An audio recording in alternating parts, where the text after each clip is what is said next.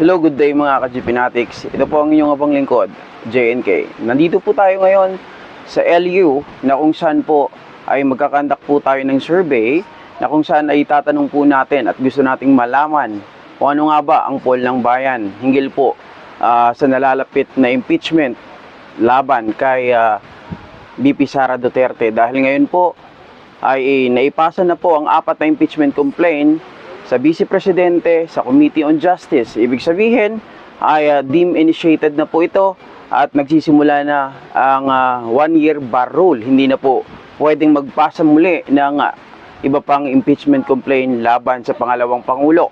Ano nga ba ang poll ng bayan? Gusto nga bang panagutin ng taong bayan ang di umano'y mga kasalanan ng ating pangalawang Pangulo o gusto na lamang nila itong hayaan at makatakbo sa 2028 presidential election?